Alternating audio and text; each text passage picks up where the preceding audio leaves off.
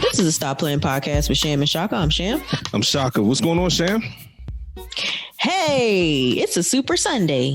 It is. It is. Not Super Bowl Sunday, but a very special Sunday for us. Yes. We're on the verge within a couple hours of our anniversary. Yes. And we wanted to do an anniversary edition, but scheduling conflicts and such. So this is just as good. Absolutely. I mean, our anniversary is on Monday, guys. That's like the worst day to have an anniversary in the whole world. It's like, you know what today is? Monday. That song's been sticking in my head because we both been hitting each other like, oh, yeah, the anniversary's coming up. We should do something. And then every time I hit you with that song gets stuck in my head. Yeah. So, you know, you're the producer. Find a way to interlay that in our preview or something. Sure. I'll contact Raphael Sadiq and see if I can use it. Copyright. That would be a negative no. Yeah. Now, but man, 2 years into this thing, it went. Obviously, the whole ride has been great. On one level, it feels like time has flown a little bit, but then on the other level, because of the work and the progress we made from then till now, I feel like we've made more than 2 years of progress in some ways. Mm-hmm. And so I felt every second of those 2 years in that respect. But in terms of fun we've had and all that stuff, it does seem like it was packed. Because I was like, man, it's been 2 years. I felt like I remember, you know, getting ready to do the first show. And, you know, NFL season, right. And the NFL dips. Season was in and double dips and all that stuff. So now it's great. And, you know, we've been, you know, scheduling has been playing a part a little bit on purpose. I think I'm really proud of the NFL episode. We've already gotten some things very right. But that episode we needed to recover from, in the sense that we gave y'all a lot on that one. So I wouldn't call it a break, but it was definitely longer than our normal time frame between episodes. So I mean, excited to get into this one. It was literally 2 episodes in one. It was 3 hours long. Exactly. They didn't need to hear any more from us for a while. And look, we didn't need to hear any more from us. We're like, let's go live our lives real quick. Yeah, I certainly didn't need to edit anymore. That's for sure. You had a doozy on that one. But yeah, very excited. And I'll say my part on this in the sense of happy to still be doing this thing with you. Only bigger things to come. And then Stop Playing Podcast family. I'm not going to do the moniker, but the family, you guys have grown since we've started. And I've just been overjoyed with the support we've been getting. Welcome to the family. Mm-hmm. It's been really fun. It's been really fun at times, laborious at times. Yeah. I've been enlightened a lot over the last couple of years. I mean, you never cease to amaze me with how much you bring to our political segment. And, you know, I'm being real because, you know, when we first started this thing, you know, I was team let's just talk about sports. And you were like, nah, we got to have a real balanced act. And so you have piqued my interest in things that I definitely had no interest in at first. And I think from the reviews that we've gotten, whether it be on Facebook or Apple Podcasts, you know, people really appreciate, and I've said this before, your layman approach to what's going on in our political climate. So I appreciate having you as a partner in order to create that balance and to have people, to have something for everybody that they all can appreciate.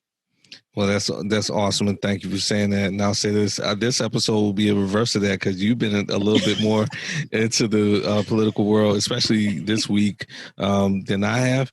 On the flip side of that, before we really get started, I know we're all gushing over each other, so y'all tired of it, but I will say this. So on entertainment especially, I think that I had a lot of preconceived notions about a lot of stuff that I didn't think I would be as interested in. Mm-hmm. And then just by the simple fact that I knew you were interested in it and we talk about it on the show, I got interested in them. And then dove right into the point where there have been times on the show where you said, you know, man, you were bugging me all week. Like, you ahead of the show. You watched it before I did.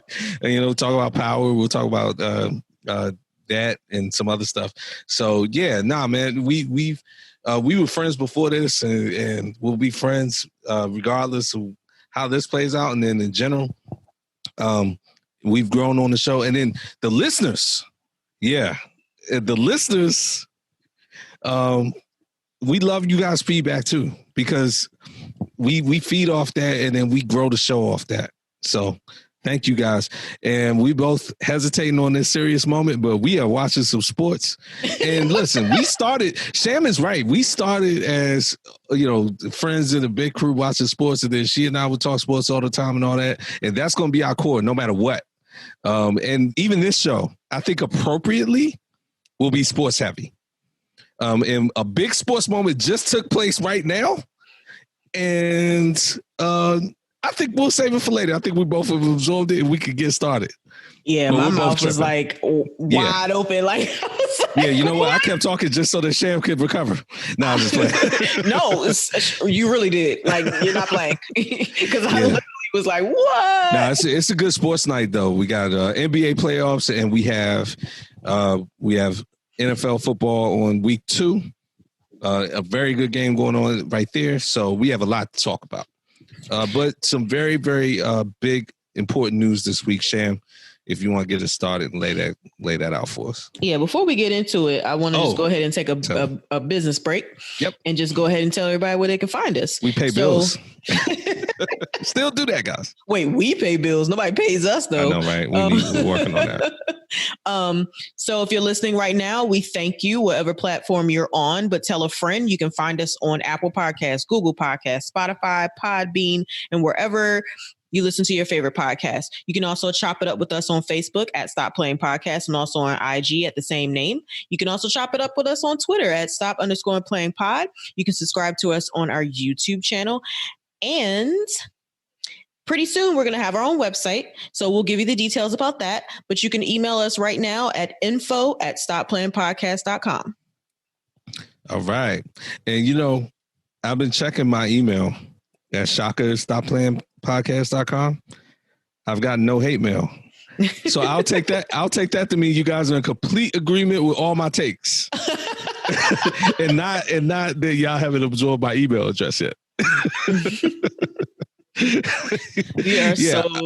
been checking for that email because I've been throwing it out, guys. And I know it's been some hate mail. But seriously, probably the biggest news this week came at the end of the week on Friday when Supreme Court Justice Ruth Bader Ginsburg finally said goodbye to her earthly spirit and her earthly body, and is now, I'm sure, for certain that she's in heaven. Mm-hmm. So she died on Friday at the age of 87. She had an illness. She actually was fighting cancer. She had pancreatic cancer, and it became metastatic, which means it just spread it to different parts of her body, and they were just kind of trying to keep it contained. Mm-hmm. But she succumbed to that, and the nation is mourning because not only was she, you know, not uber liberal, but she was, I would call her mostly progressive. Like, she was here for the now. Yes. And she was a feminist icon. I mean, she definitely championed women's rights. And she was like that one Supreme Court justice that everybody was just like, we know she's going to vote the right way. Yeah, and they talk about wings the of the court. nation is sad. Yeah. Yep. Yeah, I didn't mean, I was just saying, they talk about wings of the court. She's definitely on the progressive wing of the court. Yeah. No, the nation is sad. Yeah. And sorry, I didn't mean to step on that. Keep going. Sorry. Oh, no, that's it. No. That was appropriate. And I think there's not too much I can add to that.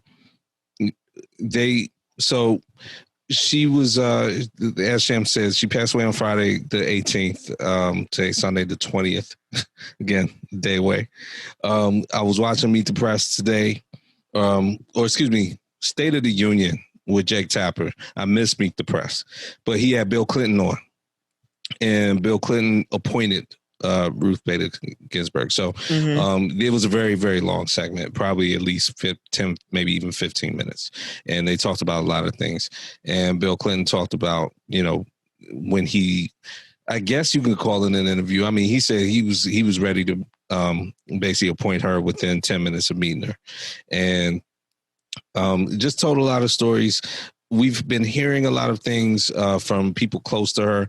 To your point, she's been battling this illness. She's been having a couple health scares this year. So obviously people knew she was sick. And, it's unfortunate the timing of this, because even, and you kind of felt it as she was getting sick and as she was having these health scares over the course of the year, instead of just being able to appreciate her life and her accomplishments, and that's it. Everything about her over the last year has been, yeah, we appreciate her. Yeah, she's done all this stuff. But what is that going to mean politically for the country when she dies? And I think in a lot of ways that takes away, or it's an insult almost, to just being able to appreciate her accomplishments without putting in the prism of, when people say, and I understand they mean well when they say something like, oh, she just needs to hold on. But it's like, okay, what are you saying right now? And it kind of upsets me. It's like, you're telling this woman who's given her life to public service that really all you care about is her making it past the election. And then after that, you kind of don't care what happens to her. I know that's a very cynical way to look at it, but the way people were talking about her, I just didn't like that. I kind of felt like she felt it. And felt she had a right to say it. Well. She had a right to say it, because she said it. She said, I don't want to, well, so what came out today, I think this had been said before, but that she was going to retire. She assumed Hillary Clinton was going to win, as we all did. So I'm pretty sure there were a lot of people that were mad at that election. And Hillary Clinton's inability to beat Donald Trump. And that put it in perspective, man, I thought I was mad. If I was going to retire and then all of a sudden, because you can't run a campaign to beat this dude, I got to stay on for X amount more years.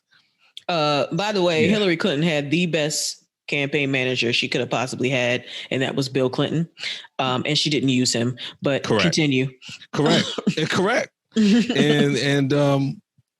And so, they were saying that she said she was going to retire then, and that she wanted to at least wait till this election played out, because she assumed, we kind of are, that 45 was going to lose. And in general, she just wanted the process to play out to give the American people an opportunity to elect another president, because she knows what her vacancy will now mean for the court. So, yes, to your point, I understand that, yes, she did that, but she can do that. But I just felt like other people were looking at her through a prism of just her political convenience, instead of just appreciating her life and accomplishments. And that did bother me quite a bit. But back to her, great life, great accomplishment, especially for women. So you can, definitely expand on that better than I can. But the Notorious RBG special on CNN won an Academy Award as a documentary. So that really put her to the forefront of a lot of young people who, frankly, in my opinion, Sham, didn't really know anything about her before that. And, I think a lot of people just kind of are grabbing onto her as an icon, but good. Whatever attention can be made to what she did, excellent. I think Hillary Clinton's loss at the election probably brought Ruth Bader Ginsburg more to the forefront, because she became even more important. Yeah. Her seat became even more important. And all those young people know who she is because she didn't retire when she said she was going to. Yeah. I saw clips of the documentary, I want to say earlier today or last night. And she talked about, someone asked her, did you and Sandra Day O'Connor think that you would have such an impact on the Supreme Court, blah, blah, blah. And she was like, look, during that time, she and I were just happy to get a job. because, Supreme Court was never a goal for either one of them. Because back when they were graduating from law school, like it was hard enough for a woman to even get a job in a firm as a lawyer. So, just from going from that standpoint to where she had gone was like almost unheard of. I mean, actually, not almost, it was unheard of for both of them. And there was, and I mentioned this to you before we recorded, I saw one person say on a news story earlier that she was the first Supreme Court justice to become the face of a movement.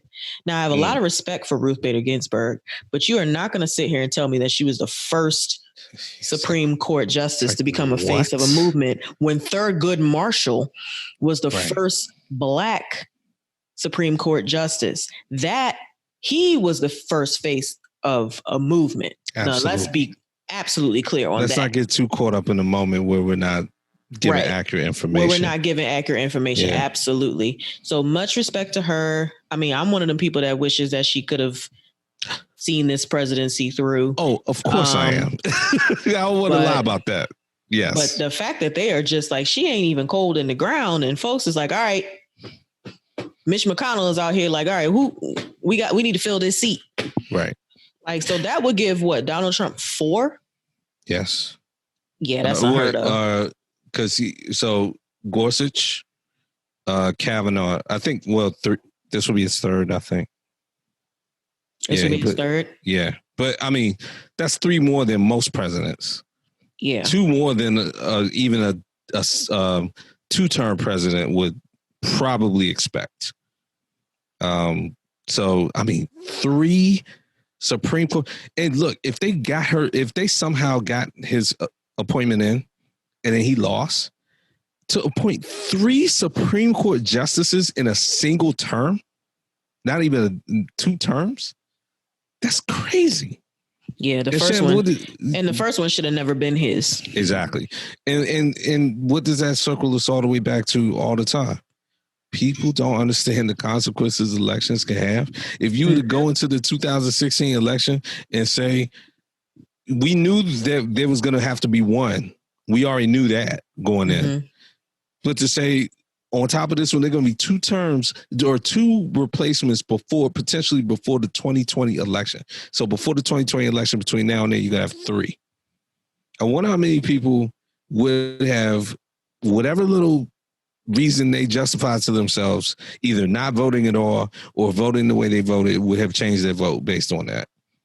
But just don't even consider things like that. At least 4 million. Probably. And then, so, I mean, going right into it. So, talking about the aftermath of it, to your point, Mitch McConnell, I wasted no time. Now, you want to talk about people's reaction, or I want to talk about people's reaction on Facebook and all that. Yeah, this one on Facebook, this was his official statement. Says some nice things about her, and then immediately at the bottom says, we will be putting President Trump's nomination to a vote in the Senate, basically as soon as possible. Like you said, carrying water. He tried to word it and frame it, and the Republicans trying to word it and frame it in such a way that makes him not look like a hypocrite for holding up Obama's nomination of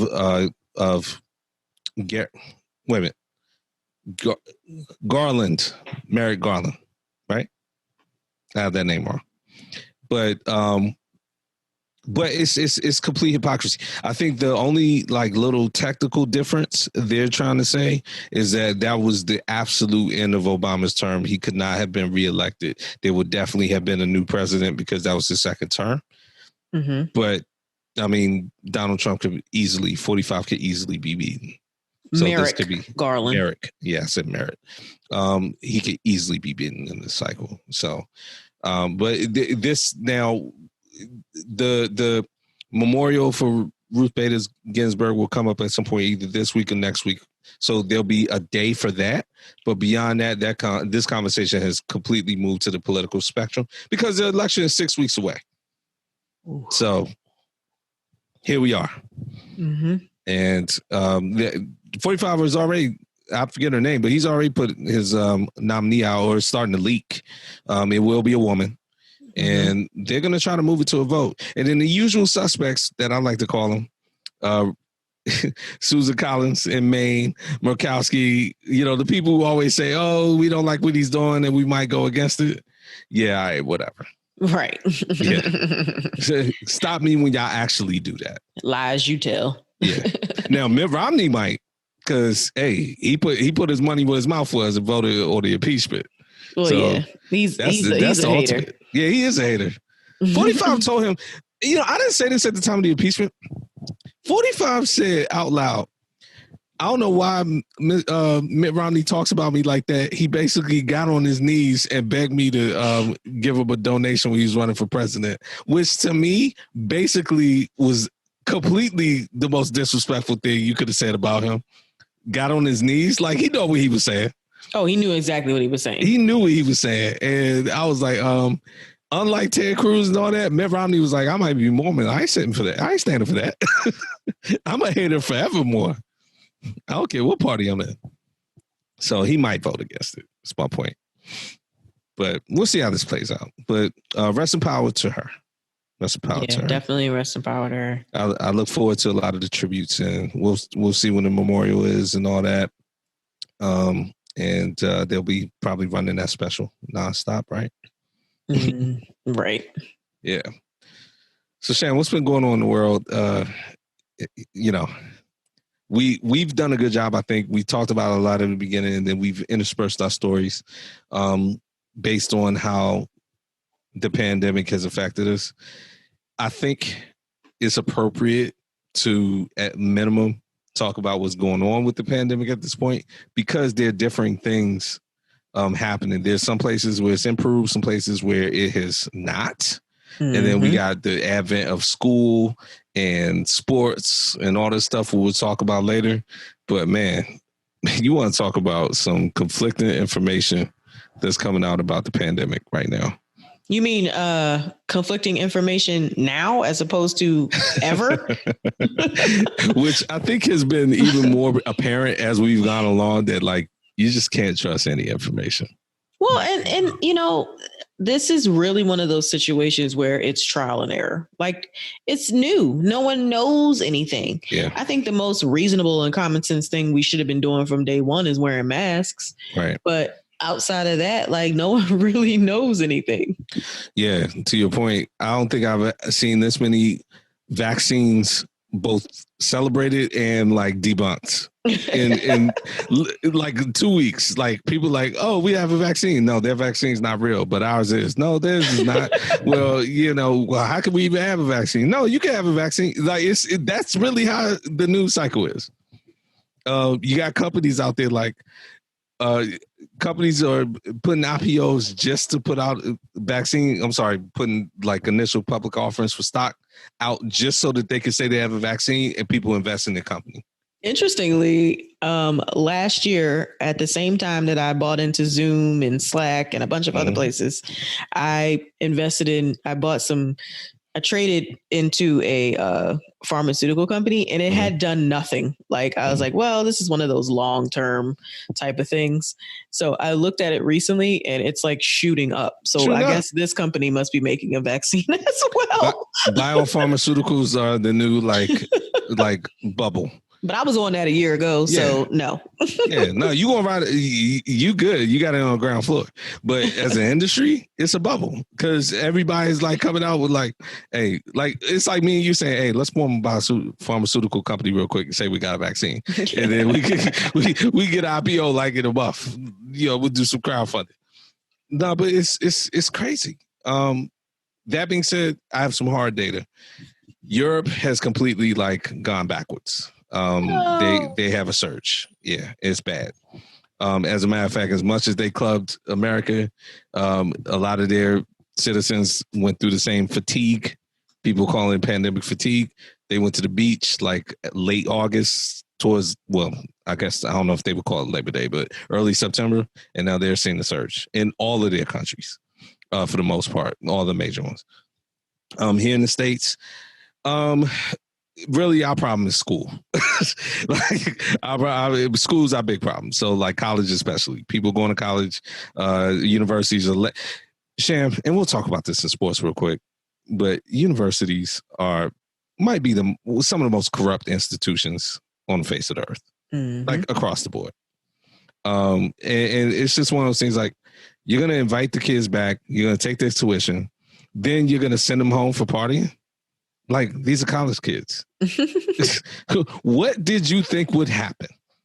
You said if you're inviting them back to campus, you're saying your campus is a safe space. So if they start partying and the disease starts passing around, you're going to tell them, hey, you can come back, but you can't go to. That's basically saying you can come to college, but you can't act like you're in college.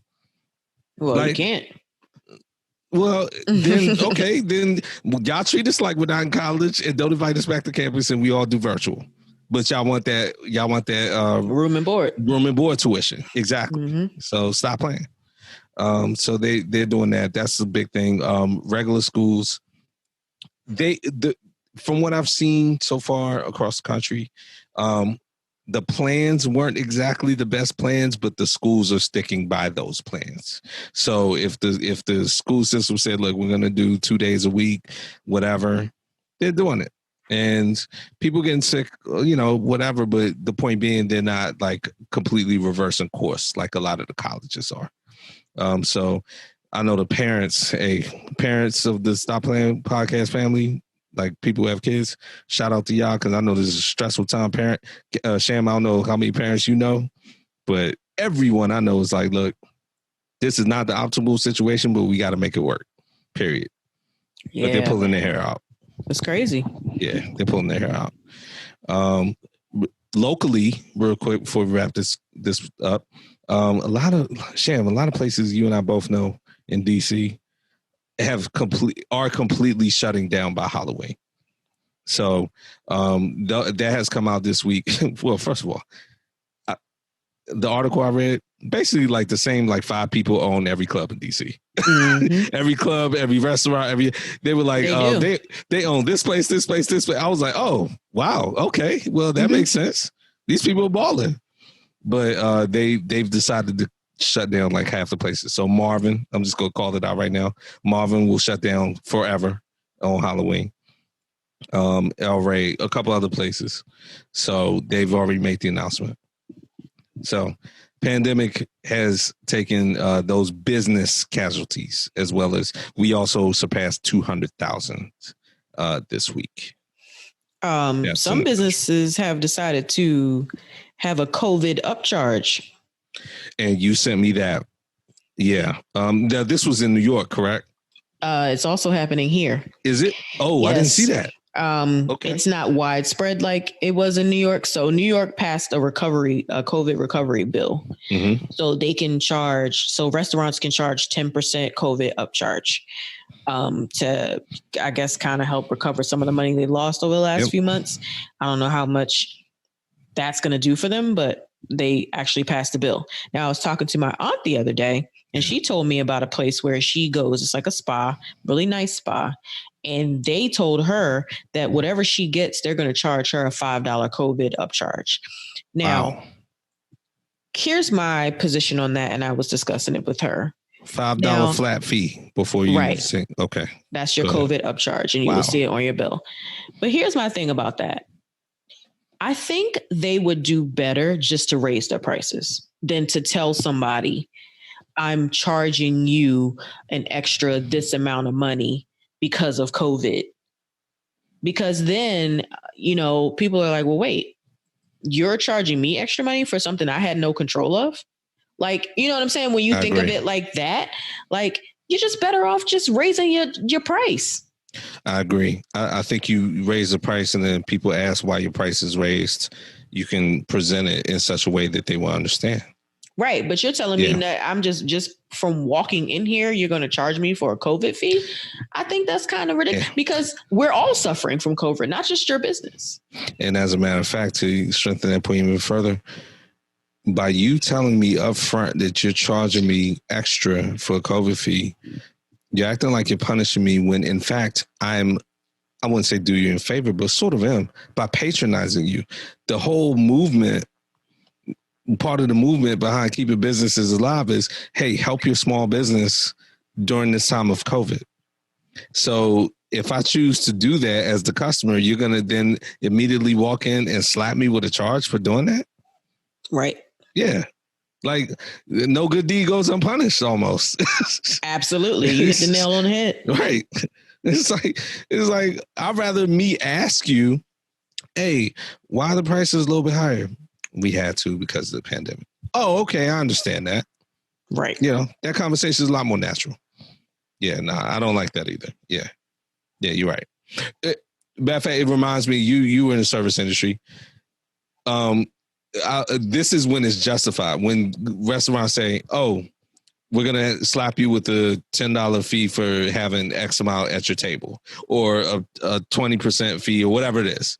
That's one of those things, like, you made a choice to do this. It's causing a burden on us. So that's why we're doing this. Mm-hmm. But, and then it's kind of, Right. But COVID is causing a burden on everybody, not just the restaurants. I'm the customer. I'm relieving your burden. You're going to punish me for relieving your burden? Yeah. No, I'm totally with you on that. Absolutely. That's great. But yeah, in general, we're at a strange place now. We got the election coming up. We got school coming. School underway. We have all these things going. We've kind of, it's a horrible plateau, but it's looked like we've reached a plateau where we can still just expect new cases every day, especially in this country, kind of a certain amount of deaths every day. So I think right now we're at like 35,000 a day, something like that. In terms of cases, so it's just this kind of just march. But the only good thing I could take out of it is that it seems like the healthcare, where every time they interview healthcare workers in hospitals, they're not pleased with the fact that we're still having new cases and people are out here still acting ignorant, but they're not like completely overwhelmed like they were before. It's a sad reality, but they're kind of like, look, we understand the volume of people that's coming in. So that's one good thing to take out. But beyond that, Sham, we do have debates coming up. That will be probably the first week of October. So I'll be ready for that. That'll be where I really get my politics Jones going. But for now, that's all the political and world news we got for tape, because we got a lot of entertainment and sports to cover. And quickly. All right, let's move on to some entertainment. Happy about this. Yes. So if you've been following us on Facebook, we now have 477 followers. Woohoo. Thank you. All right. You would notice that we posted about the Fresh Prince of Bel-Air reunion, which will be happening sometime soon on HBO Max. But the reunion itself is not like really newsworthy. The most newsworthy part of that is that the original Aunt Viv, Janet Hubert Whitten, and Will Smith had a sit down, and that will be part of the HBO Max reunion. And I literally was like, hell must have frozen over, because this woman had vitriol for Will Smith like you would not believe. We've had a lot of fun with that on this show, and we felt obligated to revisit it. We can't have fun with the fact that she had all the smoke. You can go to her for a quote. Listen. And then when they actually reconcile, not talk about that. So that's going to be awesome. I'm going to watch the hell out of that. Yeah. I'm like, what is the date? What is the date? Yeah. But they have not released the date. Yeah. It's good to see, though. I mean, in all seriousness, look, it's fun and funny, especially if it's harmless and it's not really, seriously hurting someone, to talk about celebrity mess, because this was messy. But man, it's good to see a reconciliation of some sort on that level, where it wasn't even like some kind of just DL, like little statement or a little Twitter. I mean, for her to come on the show and then make that a part of the show, and him, and it'd be even different if she had come and the whole group had been there and she just kind of come there. For he and her specifically to sit down face to face, and actually, I believe they said they address the problems. And then do it in such a way where they could walk away from it and they'd be healthy. Yeah. This is rare in celebrity, and I'm glad it's one of us doing that. Yeah. And look, Will's in his early 50s now. She's in her late 60s. Like, I'm sure back then, Will was like, on top of the world, big recording artist, having his show. Like she was looking at him like a snotty nosed brat at the time. And he was kind of like pumping his chest out and probably doing and saying things that, you know, she didn't like and felt was disrespectful, as she has eloquently stated over the years. Right. And I think that is, you know, that's an attribute to him to like growth. Correct. And just like sitting back and being like, look, I don't know the gist of the conversation, but I imagine it kind of went something like, look, I was young and dumb and I shouldn't have been this way, and let's squash it. So now, Sham, I'm glad you said that, because all of that is probably 100%, or definitely 100% true. I forgot to send you something where Jeffrey, the guy who played Jeffrey, I forget his name. There was an article, and it was recent. It was like a week or two ago, and he was talking about those times too. Now, this was before the reconciliation story. Okay, so this is when it was still just the narrative that she was beefing with him, and he said that. He was like, look, I was close to her. I don't want to disparage her, but at the same time, I did go talk to her during those times where it was getting real bad and said, look, I just like this because she said, this isn't the Fresh Prince of Aunt Viv. You see, that's the quote that I liked. It's not the Aunt Viv of Bel Air or the Fresh Prince of Aunt Viv. She was like, look, like it or not, the show is about him. And at the time, you know, because her character was important. I mean, she was the reason he came out there. And she was his mother's sister. Only link to exactly to that family and to that life. And she was a serious actress and who had serious chops and had big ideas and good ideas for the show. But he was saying, look, you can't let your frustration about that overtake the fact that the show is not about you. Now, to your point, all of those things about Will Smith were probably true. So it's one of those things like her facing that reality and him coming to grips with the fact that, you know what, this is a really good actress in a good role. And if I just calm the hell down and be more humble and speak with her, we can salvage this situation. At the time, that should have been the thing. But I think it's interesting to note that, again, it's one of those things like both parties are right in some respects and both parties are wrong in some respects. And I think we'll see that in this special, which is cool. And the actor who played Jeffrey is Joseph Marcel. Thank you very much for saving that. So while we're talking about reunions and reboots of sorts, Good Times? Sham, you sent me this, so I'm gonna let you hold this bag. I feel like I mentioned it like briefly and I forget the episode, but what are your thoughts about Good Times? Well, I mean, there were some good times, and then there were some bad ones. I felt like, you know, a sitcom that originates in the 70s in the midst of like, you know, people still trying to get used to Black people, anti-segregation and all that kind of stuff. It was very stereotypical at times, lighthearted and funny at times.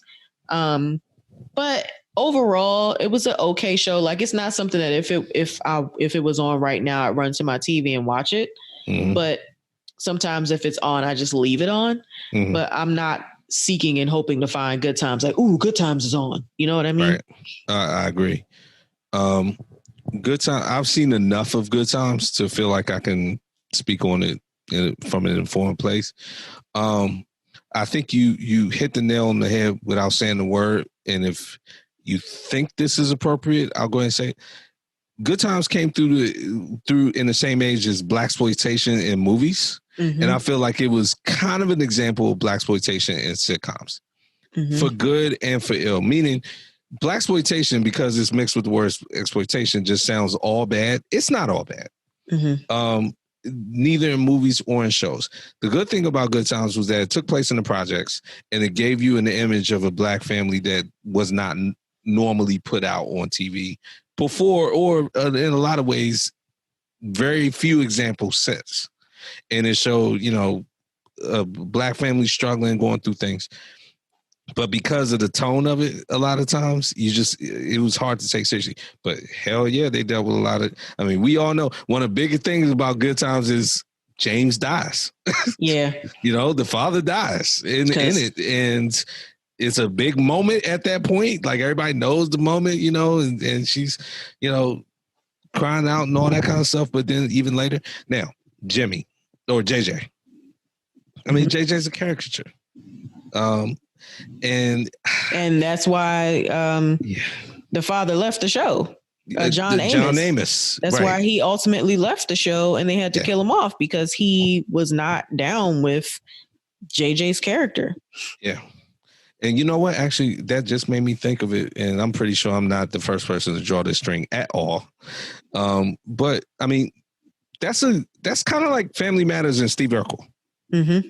Absolutely. Family Matters was a serious show, it was a sitcom, and it was on TGI Friday, and it was funny and all that. But I mean, it was a mix between Good Times and the Cosby Show, where it was like you got a kind of middle upper class black family doing well, but then they had this caricature of a character that took over the show, and unlike Good Times, nobody ended up leaving off that. But the point being, you don't want to see that all the time. You don't want to see that happen to a show that's good. But I'll watch it out of curiosity. But I'm very curious how they're going to pull this off. Oh, actually, Jo Marie Payton, who played the mother on Family Matters, did leave for like the last season. She was kind of over it. Oh, you talking about when it switched networks? That and she had high concerns about the Steve Urkel character. But yeah, so that definitely kind of played out too. Thank you for reminding me of that, because I had forgotten that. Yeah. But yeah, I'm interested in seeing how this Good Times reboot will go. It will be animated, and it's going to be on Netflix. And it's been being produced by Norman Lear, Seth Curry, and Seth MacFarlane. Steph Curry. Okay. I was like, Steph? All right, cool. Yeah. Norman Lear, Steph Curry, and Seth MacFarlane. Okay. So I was getting my S's all screwed up. All good. So I'm interested in knowing who's going to be playing the voices and stuff behind this. I just hope it's not like really stupid. I mean, Seth MacFarlane concerns me only because as much as I absolutely love Family Guy, like Family Guy is one of my just favorite activities to do if I'm bored, is watch Family Guy. I don't know if I trust him with an already delicate situation with Good Times, in which we have a caricature situation. Did you trust him with the Cleveland show? And again, Cleveland was made out to be one of the more respectable people on Family Guy, and then he went and did the Cleveland show. And look, I mean, it just wasn't good. You know what I'm saying? Like, I can't say it'd be like he's racist or anything like that based on the Cleveland show. It just was not good and not funny, period. It was okay. I like Sanaa Lathan, and I like the fact that she participated in it. What did you think of the Cleveland show? I actually liked it in the beginning. I never finished it. I started binging it on Netflix, so I probably watched like the first 2 seasons, and then I just kind of fell off. Yeah. Oh, yeah. So I'm glad you said it like that. At the beginning, it was handled well. It fell off because I felt like he didn't put enough energy into it like he did Family Guy. And if you're going to do it, do it. The fact that you got Sanaa Lathan to get into it told me at first. So yes, thank you for saying that, because that cleans up my statement. I like the Cleveland show and the idea of giving him his own show. I don't like what ended up happening with it. Yeah, the execution was terrible. Exactly. And that's what I don't want with this. Seth MacFarlane in general is very talented, but don't make this just some kind of just offload project. Norman Lear, I'm cool with his involvement, as we've talked about Norman Lear in the past. And he should be involved because Good Times was his show. His show, exactly. Oh man! Now off from reboots and on to an ending. I know this is so tough. This is so tough for you. Parting is such sweet sorrow. I'll just give the actual bare bones facts and then let you go into the. family, Sham is losing one of her favorite shows. Keeping Up with the Kardashians has announced its ending in a very, very good state. Kim Kardashian lately, like you want to make a statement, give it to her. You need a sentiment. You need a sentiment. You need put out on for lack of a better word, the written word. I mean, you would have thought this was a presidential declaration. Like I was reading it, I was like, okay, but no, she announced their ending. So, Sham, how you feeling? I feel like a piece of my soul has just been lifted out of my body. Like since 2007, I've been keeping up with the Kardashians on E every Sunday. It's been on that long. And I should have known by them moving to Thursday, this was getting close to the end. Was that a recent move this year? Last season was the first season they moved to Thursdays. What days did they used to be on? Sunday nights all the time. Okay. So there's been quite a bit of tension between the two eldest sisters, Kim and Courtney. They even had a fight on one episode, which was hilarious. Like a physical fight. It was hilarious. And so, Courtney's kind of over it, and they were pressuring her to do more so basically she can earn her check, because Courtney was like, I'm still trying to collect these checks, but I ain't trying to do nothing to earn them, pretty much. So Kim and Khloe were kind of like pushing her to be more involved in the show, and she just didn't want to be anymore. So there was that tension. And I think just now, I mean, it's been 13 years. Yeah. It's probably trying to let it go. And I think they've had 20 seasons or something like that. Yeah. So can you give me the order of Kardashian sisters in terms of age? Courtney, Kim, Khloe, and there's Rob, who's not a sister, obviously. Right. Oh, yeah, Kardashian children. Yeah. And then, so those are the Kardashian children, and then Kendall and Kylie Jenner. Right. Okay. Who were like itty bitties when the show started. Like they were like single digit ages. Yeah. And now Kylie Jenner is a legit billionaire in their own right, correct? Like legit billionaire. All right. So remind me, is it Courtney or Khloe that was married to Lamar Odom? Khloe. Okay. Got it. Who has gotten back together with Tristan Thompson, and that's a whole other issue. Right. Really? I didn't know that. Okay. I don't know stuff about like as we talked about, fam. I'm growing into these type of celebrity news, but y'all are probably like growing into it. Like, why don't you crawl out from under your rock? Yeah, because some of this stuff is like you can like trip on it and know. Yeah. But so it's like Donald Trump is president for real. That's probably how y'all feel about. Yeah, that's how I should feel about something like that. Huh? Okay.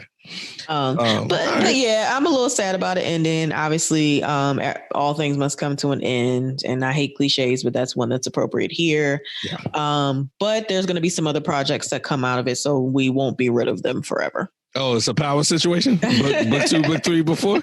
Okay. All right. I should have known that. That fan, one thing they know how to do is market and make money. They are a machine. Yeah. This show is over, but I mean, y'all think we're not going to make money out here? What? Right. That's great. Look, I will say this. I've probably seen in its 20 seasons, if I had to add up the amount of screen time, I'll give it a good half hour. Like just bits and pieces of the show. However, clearly, and I was entertained in that half hour. Like it was one of those things. And you and I have talked about E and the evolution of E. Mm-hmm. And Keeping Up with the Kardashians is one of the pillars of E. Just like E! True Hollywood Story. And there was one other thing that E! used to do all the time that I'm forgetting right now. But I mean, it just E! in general, like how they used to cover like red carpet. E! was TMZ before TMZ. Like, in my opinion. Would that be an accurate statement? Just with like celebrity news and information. Exactly. And they'd be like on scene and talking to celebrities and stuff. Mm-hmm. So, yeah. So keeping on with Kardashians, like they should own part of E, which I feel like they kind of do. I think they do. Not own part of E, but Ryan Seacrest is over there making crazy money. Yeah. And I think a lot of times they have started to partner with him as executive producers.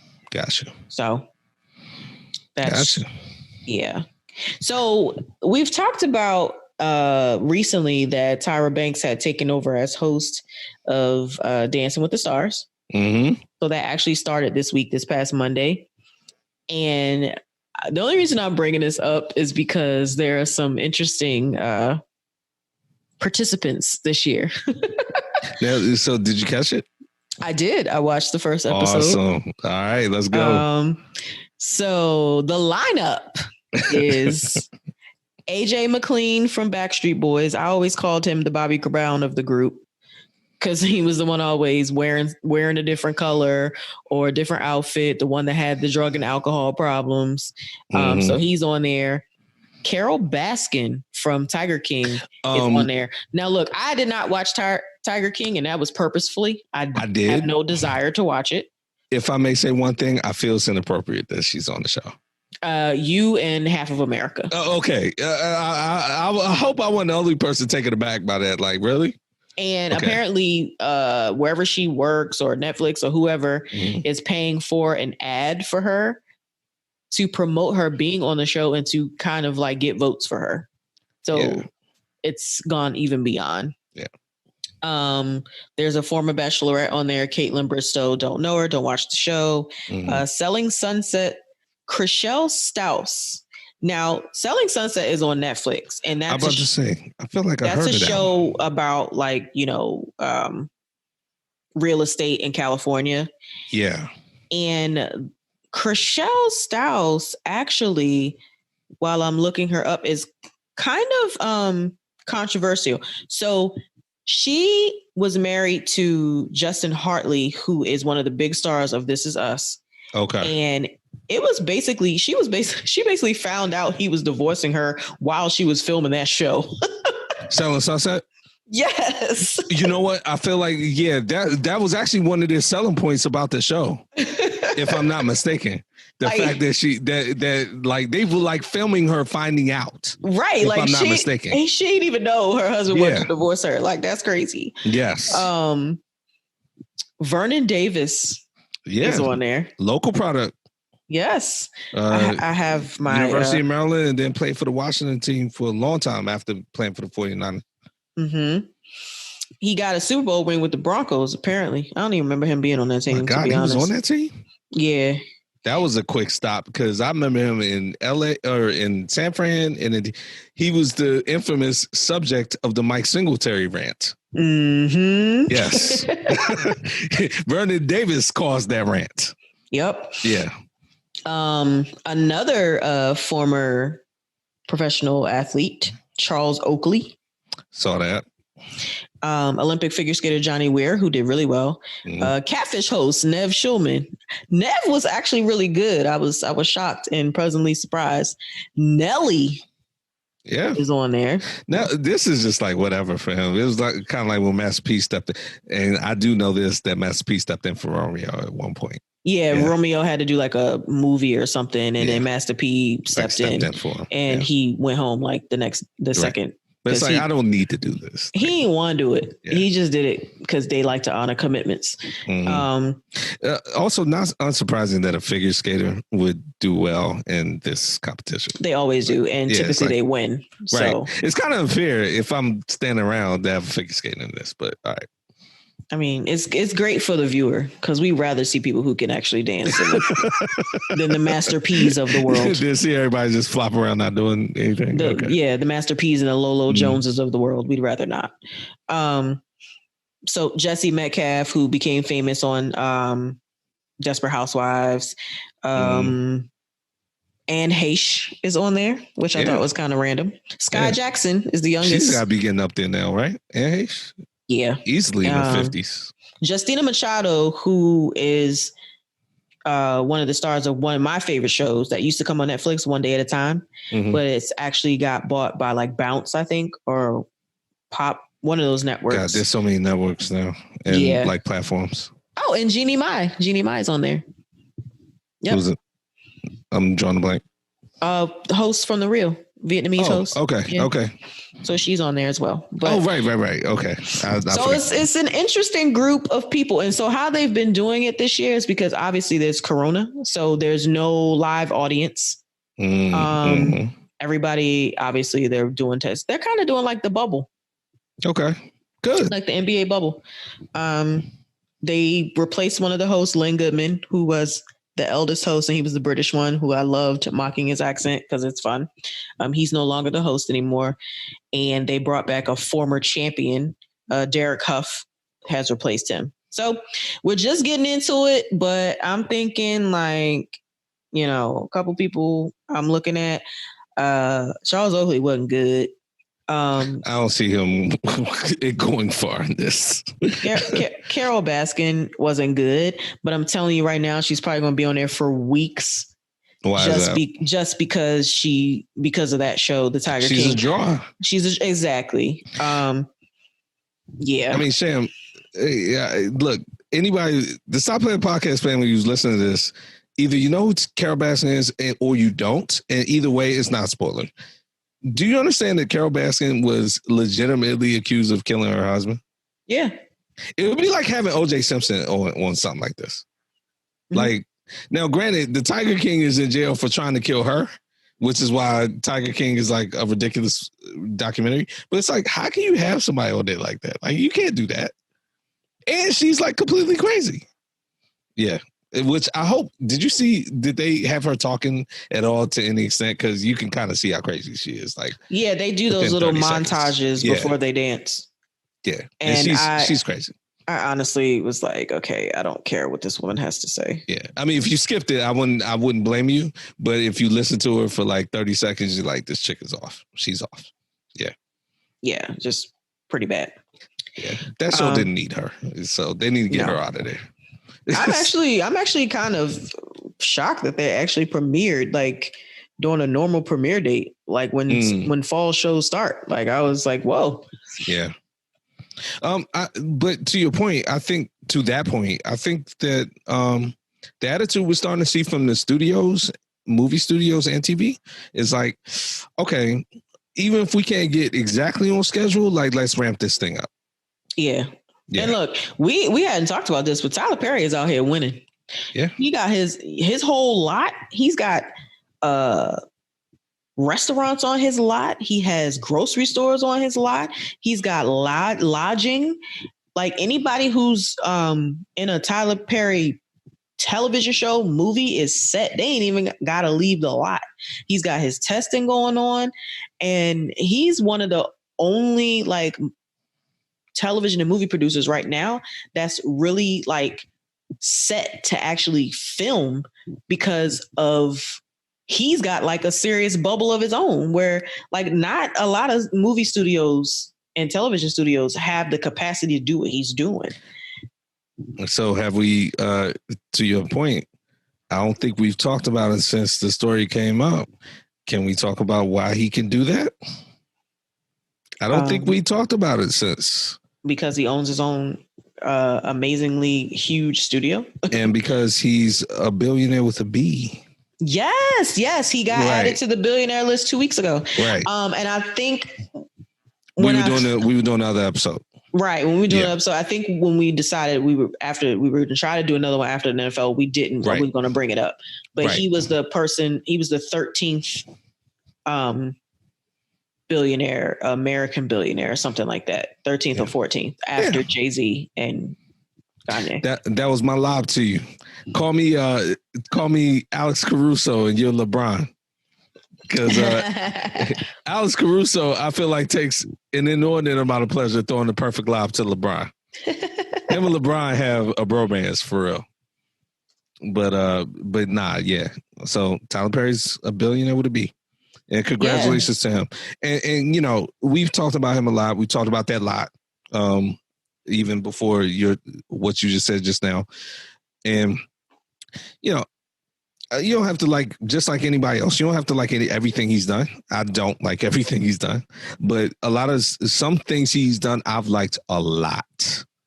And in general, I respect his grind, and I respect where he's come from, the hard work he's put into it, and where he is at now and his success. And it's been awesome. Yeah, I think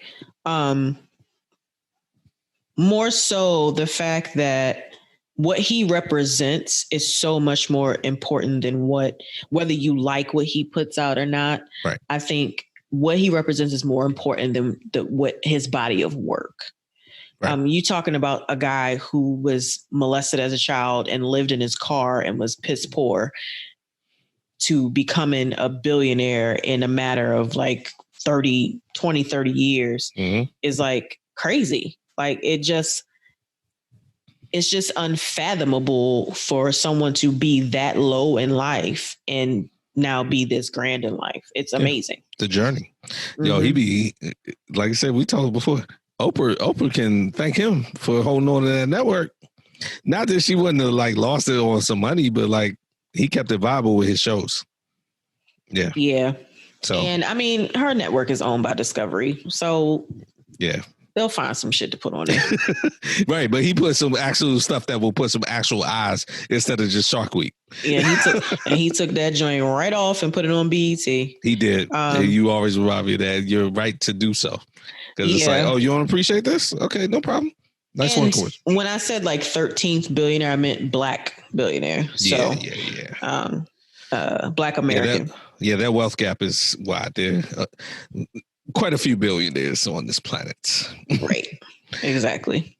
Cool. But look, I think based on your breakdown, I think you're in for a fun season. One thing I like about Dancing with the Stars, they get a myriad of the social atmosphere and throw them in there so that they try to get eyes from every sector. So it looks like they did a good job this time. So it looks like you'll have some fun watching it. All right. All right. Now, on to our guilty pleasure. My guilty pleasure.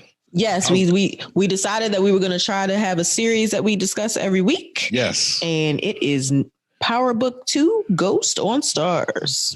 So I'll admit, before we get started, when we broke down Power and then at the end of Power, we were talking about the future.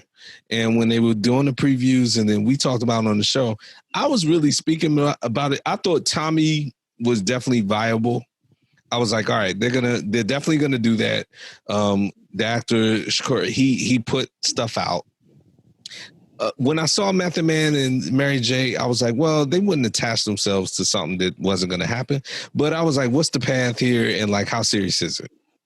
So I went into this very skeptical. Is my point. Mm-hmm. And I've been pleasantly surprised. That's my general take up to this point. But we can dive into it. Definitely. Your take is pretty synonymous with a lot of people's take, because I think folks were instantly like, "Oh my God, a show about Tariq, right. Ugh, blah blah." But after the first episode, it made me realize that Courtney Kemp is really good at what she does. Yes. Because although the show is centered around Tariq, you definitely can forget at times that it is, because there's enough going on around him where it doesn't make you mad that the show is centered on him, if you get my drift. Yes. I felt like the first episode, Method Man when he first appeared, his acting was a little too over the top. And I was like, okay, I've seen you act in many things and you would come off as a natural, but in this role, you are really trying too hard. And by episode 3, which I watched today, which I won't get into because you haven't seen it, I will say that he settled into the role a lot better. So I saw you, post, or not, I don't think you posted, but I think you were commenting. And I thought that was, a little bit of a harsh assessment, but I mean, look, fair if you're going by your standards of where you think he is. I thought he settled in quite nicely from the beginning, but I think we're both coming from a place of like, Method Man's a good actor. So There it is. Mary J. I think she's been spectacular. And honestly, she's an Oscar-nominated actress. Yes, she is.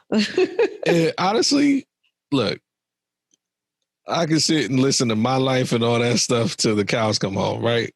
So, like, I personally have known quote unquote, but like known Mary J. Blige since my youth.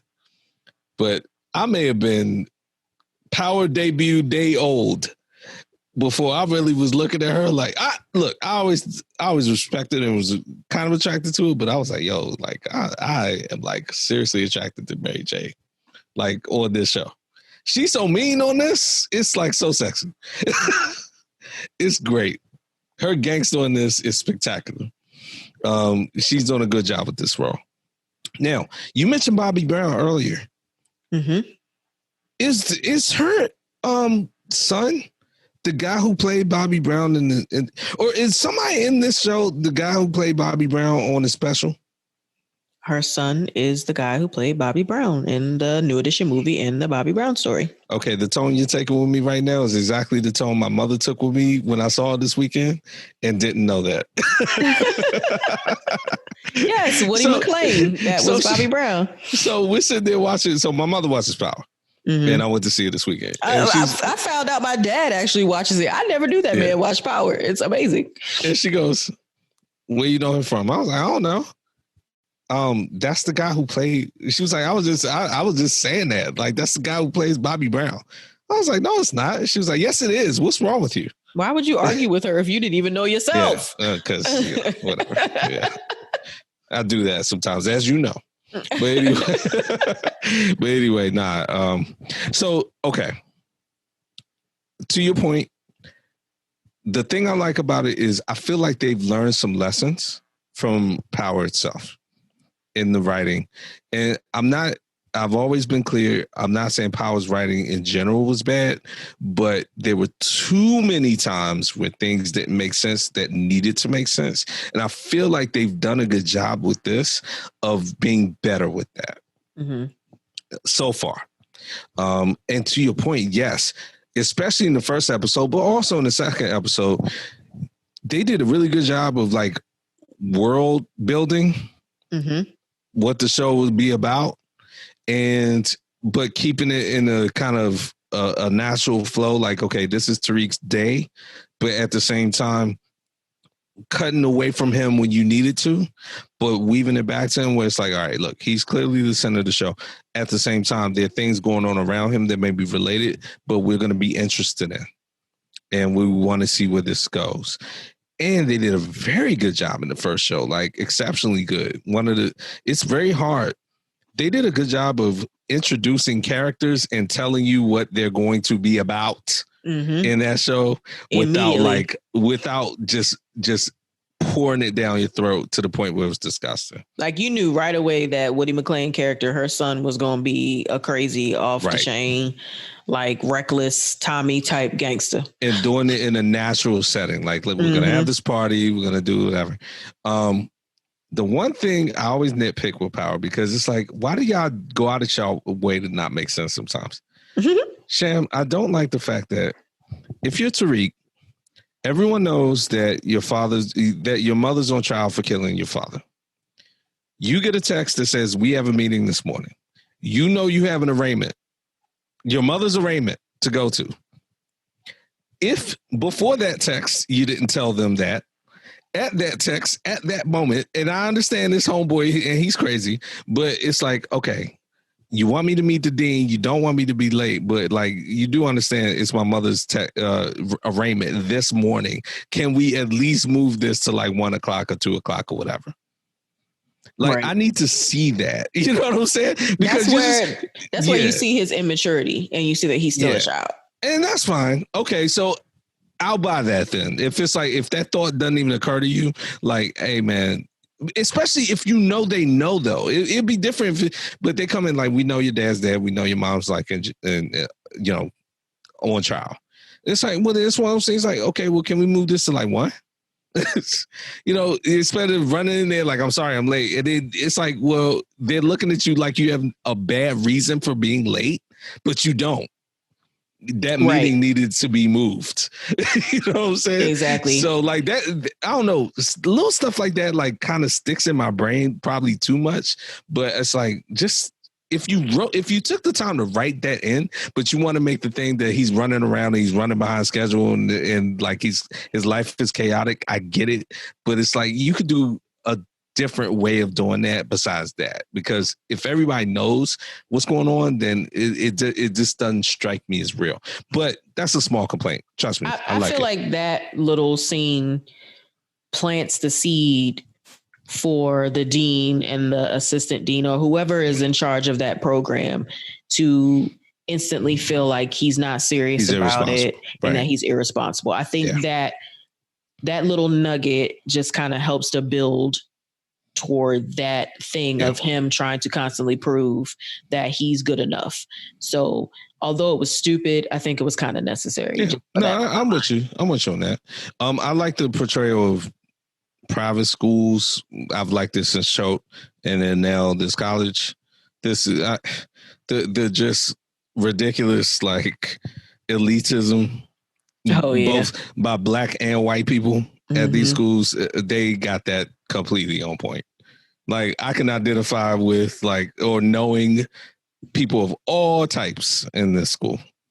So that I do know. I can't. Sham, can we change Tariq's voice? No. Can we? We can't. Well, if we can change Tariq's voice, then can we change Tamika's voice? Because her voice irks my soul. Which one's Tamika? Oh, the cousin? No, the lawyer that Tasha fired. That was the U.S. attorney. Yeah, she sounds like she wants to sound smart. And she has this little Tasha. Like it's this little weird, like ashy kind of sounding. Like it's so like gross. Ashy, yeah. All right. So one quick thing. I know we kind of bouncing back and forth. We both love Power a lot. They just like talking about it. I love as a gem. Sax going back to see his family. And the bars that they got for him. Yo, his brother had mad bars. His brother had bars. His brother had me cracking up. The fact that you can sit and look at your brother and say, hey, look, man, I know you got this promotion, whatever. You're already like, you've probably already made the mistake that's going to cost you this job. And you're probably already working on screwing this up. Like right now as we speak. Don't get mad at me. I know you and I know it's happened. And the fact that he had done that already made that scene hilarious. Whoever like wrote that, and the fact that he was like, you need to respect me as like a U.S. attorney. He's like, look, man, you already screwed this up. Like I already know you. I don't know exactly how you're doing it, but I know you're doing it. I thought that was great.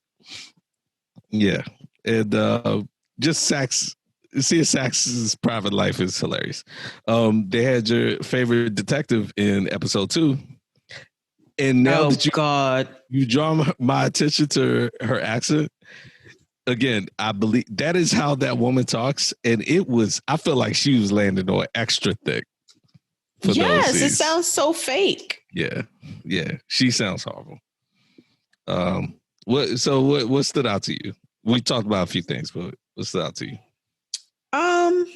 Well, my immediate reaction to episode 1 was that in keeping with tradition, Tasha St. Patrick is still the dumbest person in the world. Like God, she's so dumb. She's so stupid. Like, but what bothers me about that is that she was so smart in the beginning. Yeah. Like the way she knew the books, the way she knew the game, the way like all of that. Like when Ghost was Team Tasha, she seemed so smart, but now like that she's just kind of out here flailing. Yeah. Like that when she just blurts out that Tommy killed Ghost. I was what are you doing? He's your last ally besides Tariq, and you just gonna put his name out there like that? You sound stupid. You sound real dumb. Yeah. No, you're right. And she didn't get enough flack for that in the subsequent episode. That should have been Method Man's first response. Like, why did you blurt that out? Like, you've completely crapped the bed on us. Yeah, it's absolutely horrible. I can't say any more because I don't want to spoil 3. like episode. Yeah. Okay. But it resurfaces. So I'll just say that much. Good. But the thing with Tariq and trying to intermingle with his roommate's family is a little strange. The dad being in jail starts to play like a big role into what, what's going on and stuff. Yeah. But other than that, like what my impression is that I like that these other stories are building around Tariq and they're actually more interesting to me. Like Mary J. Blige and her family. Yeah. To me, I'm like, I want more of that. I want to see like what they really are about. I mean, we gotten a glimpse. Obviously, they're in the game and they don't take no shit. But how that came to be and like just to get into the depth of all of the people in her family. Yeah. That's the Canaan aspect without having to deal with 50 Cent. Right. The young lady that wants to help Tariq, that's in his class on campus. Yeah. That's on campus.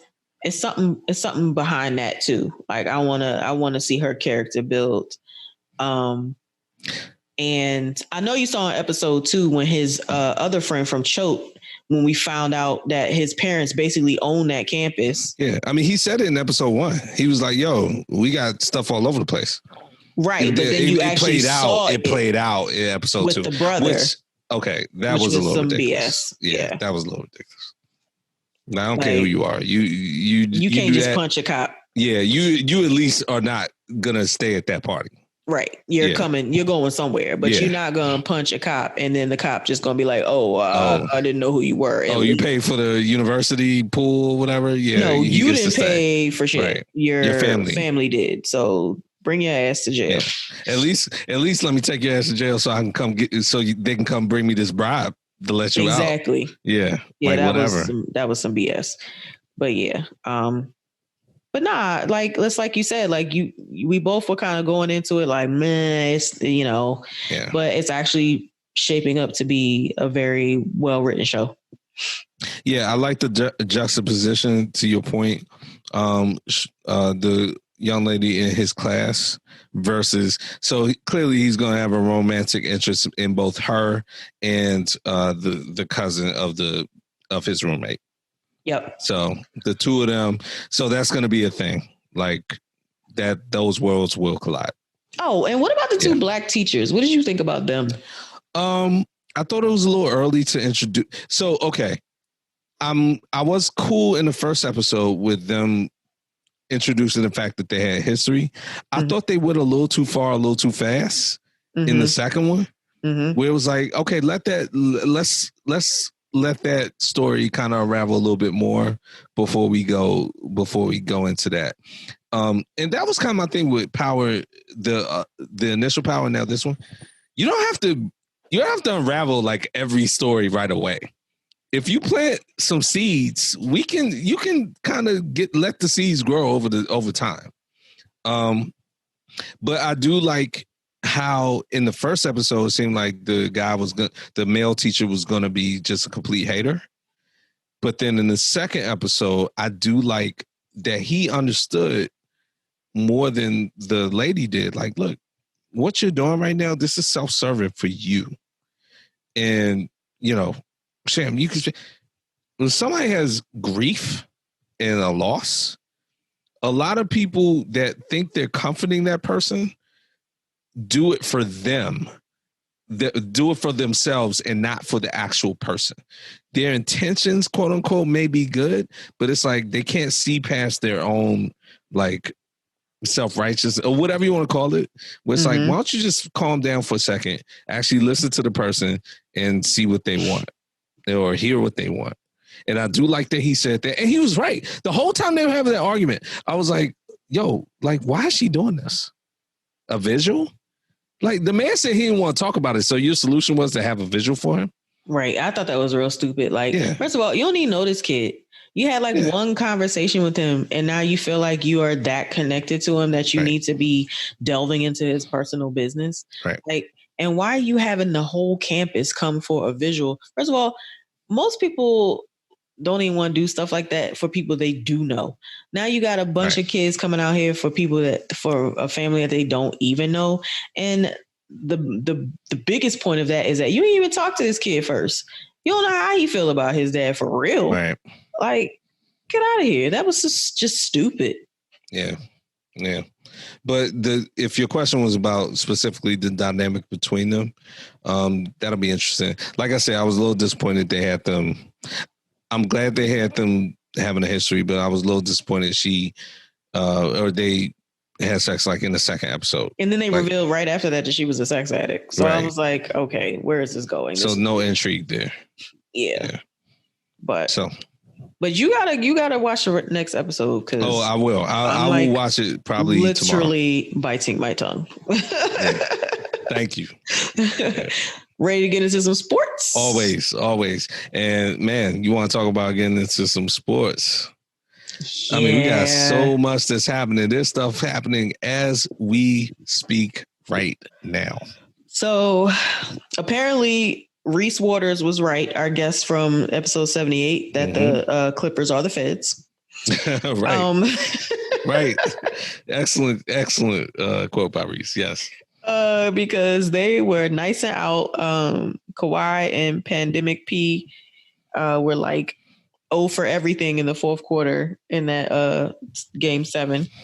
So that led to us having a Denver Nugget, LA Laker Western Conference final. Right. And my mouth was open earlier during the episode because Anthony Davis just hit a game-winning shot because we thought that the Nuggets were going to tie the series up 1-1. Absolutely. So the Lakers are now up 2-0. Yep. And that was kind of like the tidbit that Shaka was alluding to earlier that we were going to talk about later. So, okay. It looked like that at the end, but certainly the Lakers had control of that game at the beginning. And, the Nuggets are good. So they came back in, they fought. But to Sham's point, at the very end of that, I mean, Anthony Davis hitting the turnover 3, that wasn't the way that they wanted to map that out. But yeah, he hit that. Sham, as we've been taping already, they've been pulling up like images of Robert Horry and videos of Robert Horry. Big Shot Rob. Yeah. So now AD is Big Shot Rob. Big Shot Rob 2020. But look, so Lakers take control 2-0 of that. I don't see them relinquishing the lead in this series, period. I favored them going into it as a lot of people did because a lot of people didn't expect the Clippers to be here. So let's revisit or didn't expect the Nuggets to be here. So let's revisit the Clippers for a second. The Clippers, you and I at the beginning of the season, as a matter of fact, in the NBA preview episode, we talked about Kawhi Leonard and load management.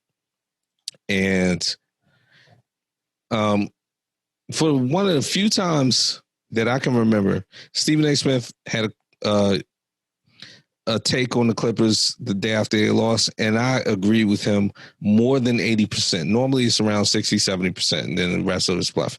He broke down all the Clippers and kind of ran them through trial by fire. And he started with Kawhi, and he said, Kawhi's the man. He wanted to come to the Clippers as opposed to being traded to the Raptors. So the Raptors, he went there. It was almost like he was playing with house money. He got traded there. He did his duty, got him a championship, and then got out. He engineered himself to the Clippers and then engineered Paul George there. And then when he got there, said when he would practice and when he would play. That was actually the one place he actually wanted to go. Because if you remember, he was traded to San Antonio. Exactly. And then traded to the Raptors. That's right. So for the first time ever, you're going where you want to go. Then when you get there, you engineer trade for your partner. Fine.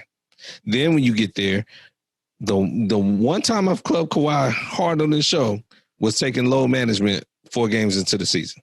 Mm-hmm. And apparently he was on every practice too. So it's one of those things like, if the goal of load management is to manage to get to a goal, mm-hmm. then when you get bounced in the second round, what are we all talking about?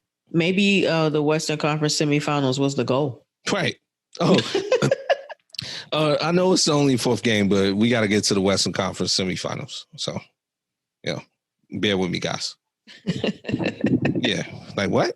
Yeah. They were talking about Lou Williams. Like Slim. Your venture out to the strip club has now made this look horrible compared with your horrible play in the series. So you clearly didn't want to be there. He was throwing the ball all over the place, shooting errant shots. Like, he's definitely not the former sixth man of the year, Lou Williams, like at all. You're all over the place. And then Paul George, like Slim. Don't ever dream it. You should come out and apologize for calling yourself playoff P. Don't ever dream of coming for Dame Lillard and then falling flat in the semifinals. Now, Sham, can we talk about Dame Lillard and CJ McCollum's conduct on social media? Excellent. I approve. I do approve. The one thing I didn't approve of is CJ McCollum saying some people are built for these moments and some aren't. Well, sir, you're one of the people that, you're one of the people that's not. So let's not do that. However, everything else, the absolute, the willingness to troll, the stomach to troll, we're all here for it, especially you. I know. Did you buy those tickets for that trip to Cancun? Yeah, Cancun. Yes. Well, I think we still got some room in the villa. Dave was like, I need to make some room on the trip. I can make some room on the trip for Cancun. Yeah, we ain't left yet. Yes, that was hilarious. Yes, but nope. So that, and then Doc Rivers. Listen, you're okay. That's why I said couldn't hold this one in. So we'll get to the NFL in a second, but basically, that was good. That was the reverse of the Super Bowl in the sense of They showed the clip. Yeah, Julian Edelman, that ball went right through his hands though. But Edelman, you got a lot of explaining to do. But listen, in all seriousness, Doc Rivers, I was one of those people that was not opposed to Doc Rivers getting let go. You weren't even close to the. Yeah. Anyway, sorry, Doc Rivers. That. Yeah. But again, Stephen A. Smith, this was one of the advanced takes he had. Everyone needs to hold this L and come right back and be accountable for it, and then come back and get the job done.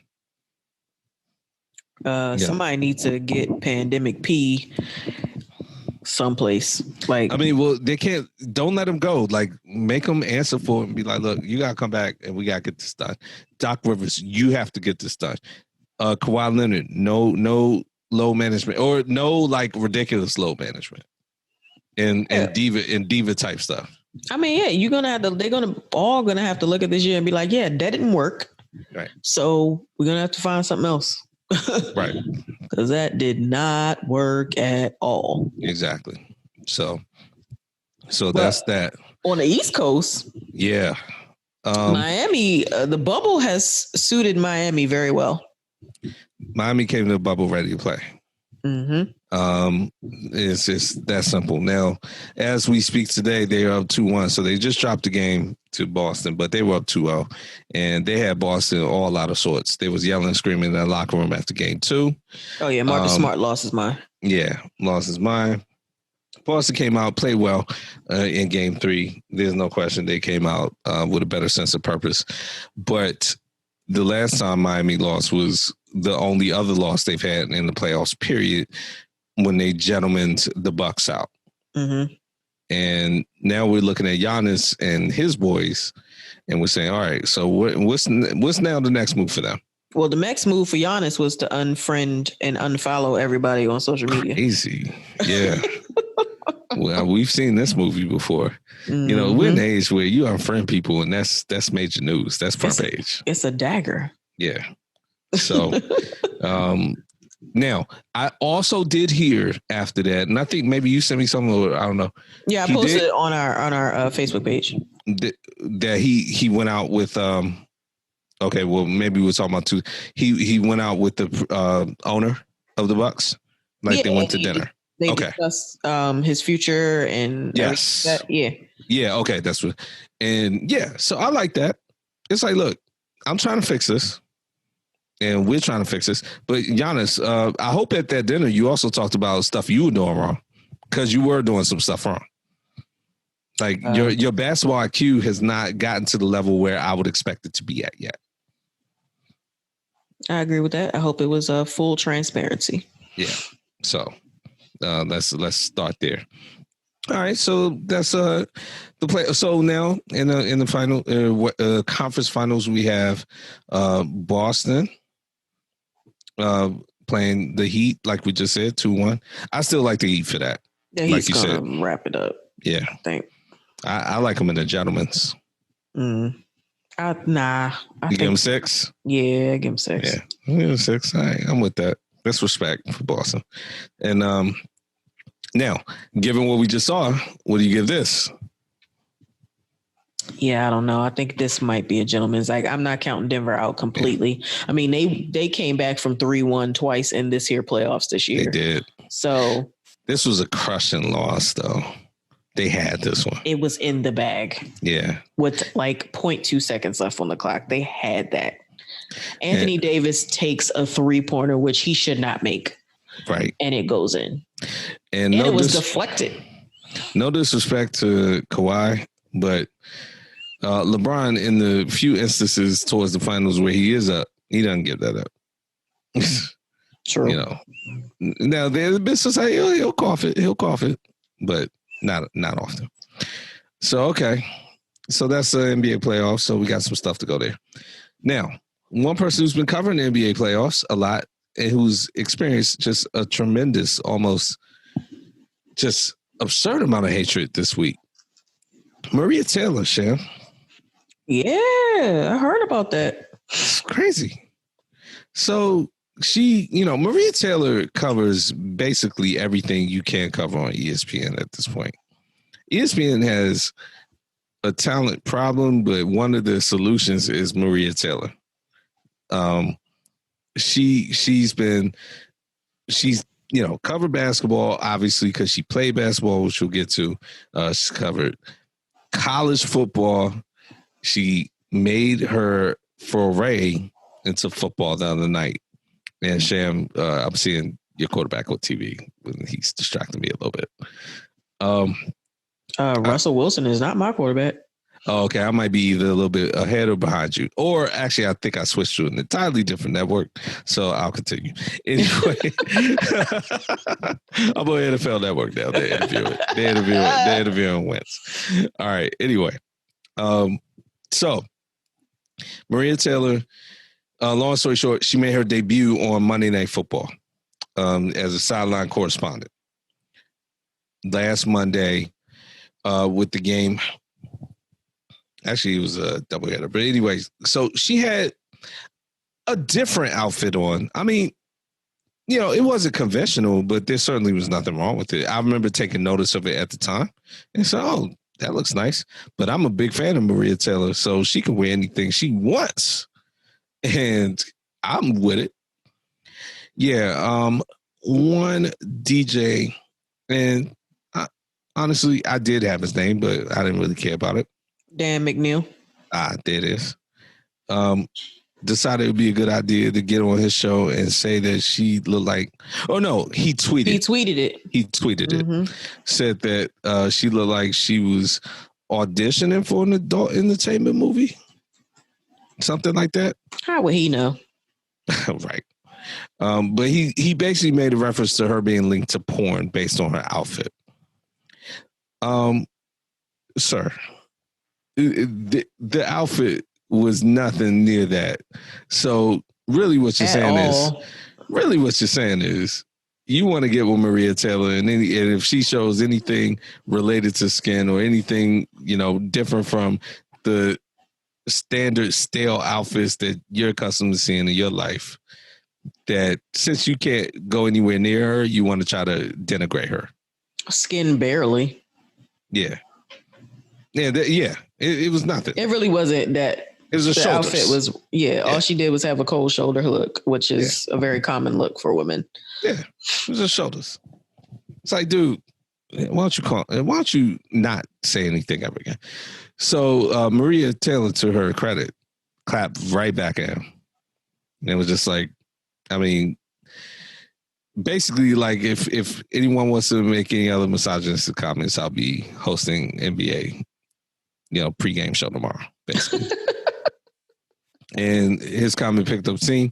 His station, to their credit, fired him. That was Monday Night Football. I believe he was fired by Wednesday. He was out, and then he went and apologized, but it was too late. Too late. Too little, too late.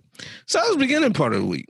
Best of luck. You're terrific, is what he said. Right. So then, towards the end of the week, the voting for the All NBA teams gets released, and by release, not only the numbers but the writers of who voted for whom. And by the way, when did they start doing that? They've done that. I think a couple of years now. It's not long, but they have done it because a lot of times it'll come out that like somebody's hometown writer will be the lone vote for like the MVP or something like that. They really got to stop doing that. Yeah, I don't know. I'm kind of both ways. I'm both ways about it because if somebody is this. Again, in the instance that I just named, where somebody could have been unanimous, but somebody else's hometown writer just thought that they were, was being biased. I think I don't have a problem with that being known, but to your point, there are ways to do it.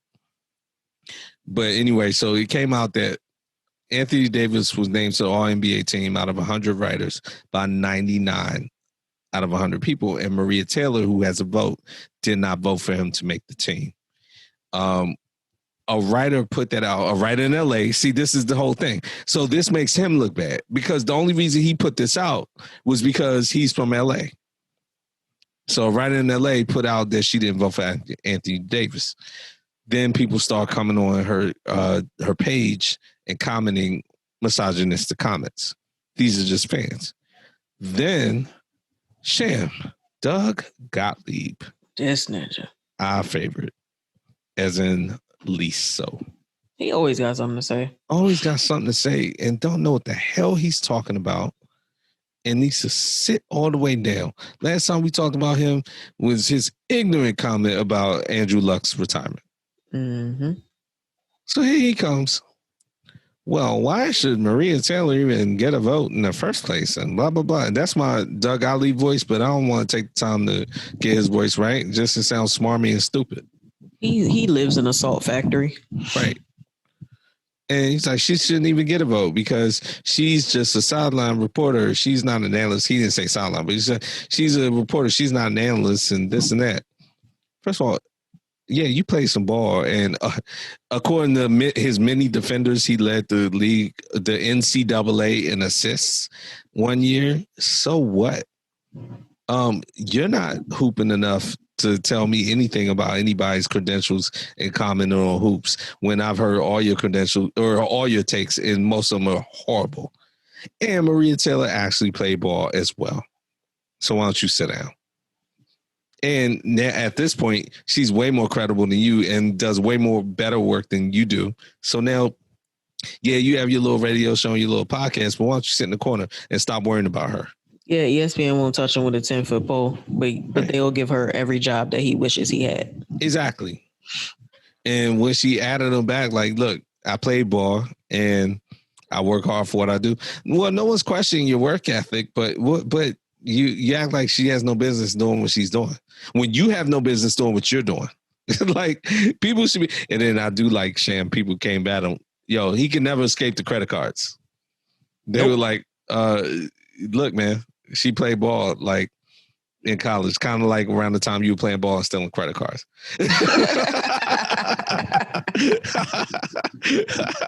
So I love that. Yeah. And she didn't play ball from like some random like mid-major school in, Utah. I mean, she played basketball and volleyball at UGA. Yeah. And for years, UGA was like a women's basketball powerhouse. So like, Stop it. Calm yourself, sir. Like anytime someone could get on Colin Cowherd's show and make me wish Colin Cowherd was back there. Doug Gottlieb, you're the worst. You're Colin Cowherd's filling host, and I'm like, man, I wish somebody reasonable like Colin Cowherd could come back so this dude can get the hell off his show. Right. Yeah. So that's Maria Taylor. Really, this should be more about Maria Taylor, and I apologize. Maria Taylor, keep doing what you're doing. You know, I make a lot of jokes about being attractive to people like Maria Taylor, and she is very attractive, but she's also extremely intelligent, just extremely accomplished. And the hate she was getting this week, unacceptable. Both, I mean, you know, you can speak more from a woman's perspective, but just as a human being, I can speak more to that. I can speak to that, but just as a black woman too. Carrie Champion went through this. Jamil Hill goes through this. Just complete disrespect. Just for giving opinions. Kudos to Maria Taylor, and also kudos to her male counterparts and coworkers who definitely wanted the smoke and came with the smoke to defend her all week. So let's move on to the Big Ten. So we kind of lightweight broke that the Big Ten was not going to have a season. Yeah. But here we are, and the Big Ten is looking at the SEC and looking at the ACC and looking at the Pac-10 and saying, wait a minute, they playing. Yeah. Maybe we should try to get up in here and have a shortened season. So, Sham, we'll keep this to a mention. I read an article about this. The university presidents of the Big Ten voted 10-3. I think somebody abstained or something. Not to do this at first. Mm-hmm. 5 weeks later, they voted unanimously to have a season. Now, in the same article, they mentioned that Michigan State had to send students home. Penn State is on the verge of doing that. Ohio State also had to suspend hundreds of students. Like, they listed all the things all these actual schools had to do and are doing because they can't deal with COVID on their campuses. And then the evidence that was presented to these ADs and university presidents, and then they had a doctor come out and say, well, we're going to do our best to test, and you and I have talked about the availability of testing to these programs. We're going to do our best to test and then quarantine all those who do have it so it doesn't pass other students. Here's my question. How are you going to have college football when the actual college isn't operating properly? Because they need some money. Yeah. So they need money. And they were saying regular students on campus, it takes weeks for them to even get on the waiting list for a test. All the college football students are going to get tests every day. It's kind of like we were talking about the NFL. You pay money to go on campus when we talked about this. Great. Well, so what? Go home. It is what it is. But you play tight end, you get a test and stay on campus and do whatever you need to do. We understand we live in a capitalist society. I understand that college football is one of the most corrupt institutions on the face of the earth, period. And universities, period. This is all this is. I don't even want to watch it, but whatever. All right. To the big boys. Sham, how we want to do our roundup? Man, just talk about somebody. All right, look. Here's the big thing.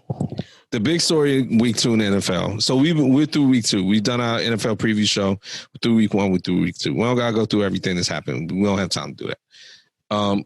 The big thing this week is injuries, honestly. That's the story. There has been just an avalanche of huge injuries. We talked about how the Giants don't deserve Saquon Barkley. Saquon Barkley is now out for the year with the torn ACL. Okay. I know his pain. I know his pain. As of earlier this, very early in that game. The Chargers, not the Chargers, I'm sorry, the Broncos, their quarterback, Drew Lock, he's out with injury. I'm not going to list all the injuries, but like there was just an Nick Bosa for the 49ers, though. That's a big one. That hurts. Yeah. He was out with the injury. I forget the exact extent of it. But there were a lot of big injuries this week, and coupled with some of the injuries from last week, I think we're seeing, look, guys get hurt every year and people get hurt in preseason, that kind of stuff.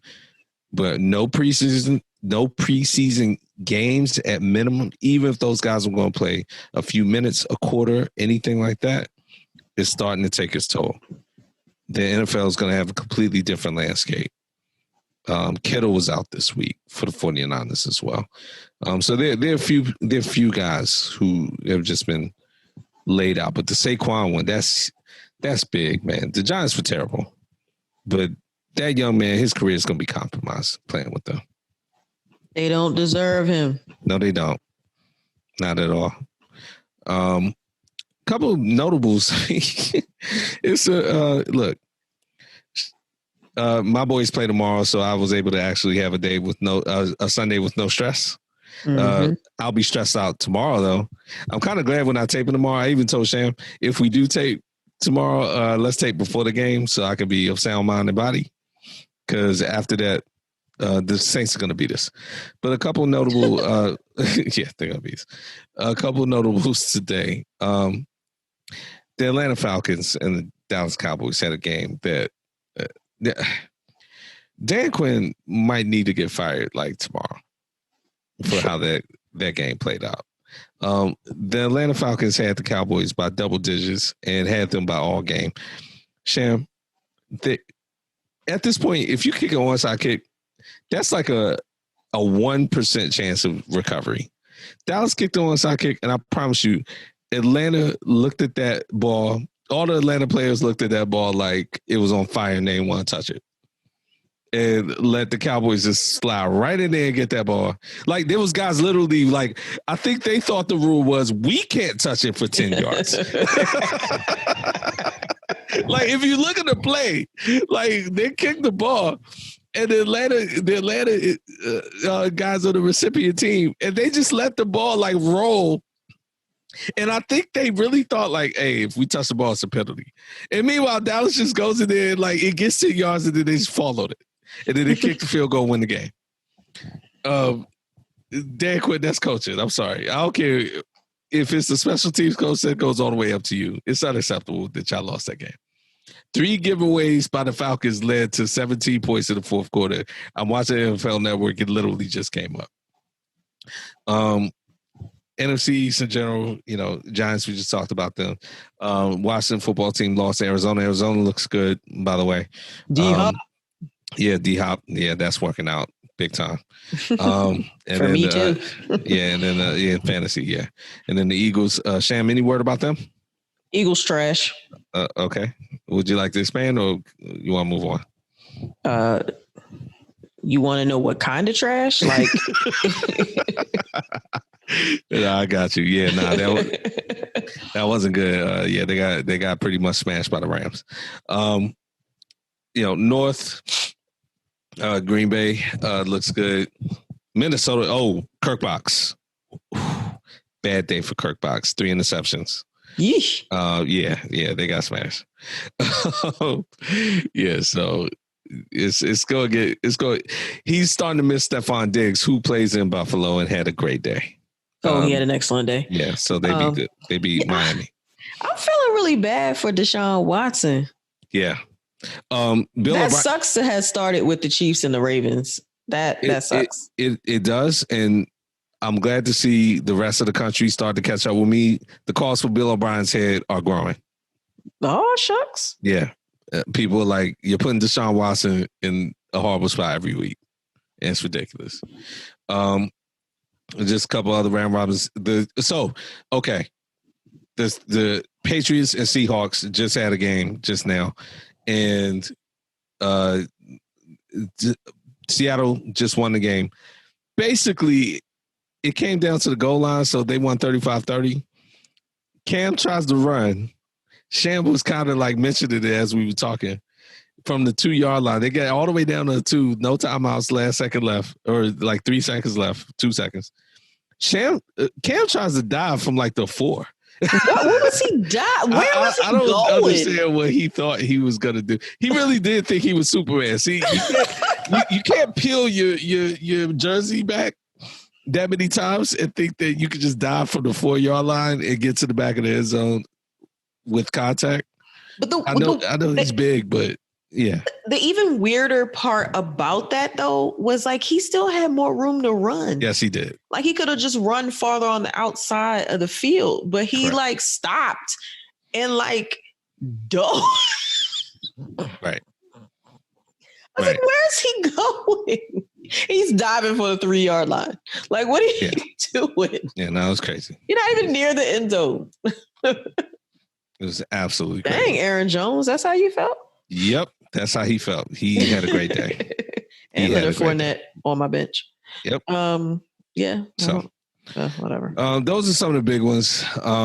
Obviously, big day in the league in general.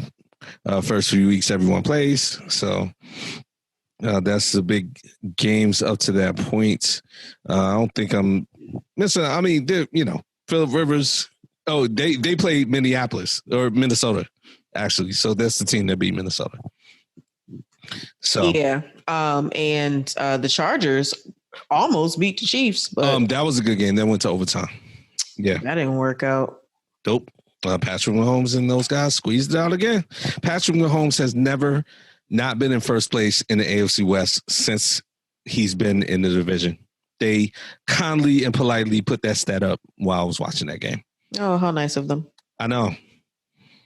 Yeah, so gave me a preview of the problems I'll have for a decade. Oh, no, I think the Falcons are afraid of prosperity because this is like... Sham, have you seen the footage of this onside kick? Yeah, just watch it. It's on now. Okay. I switched to NFL Network when you said it. You can't explain that. At least 2 players watched the ball roll right by them. Oh, and Julio Jones, yeah, they're showing it right now. If you're seeing it, 2 receptions, 24 yards. And a huge drop. He can't even blame this on Matt Ryan. That was in his hands for a touchdown. But how do you have 39 points and Julio Jones doesn't have any of them? Like, I don't understand that. Right. So. Whatever.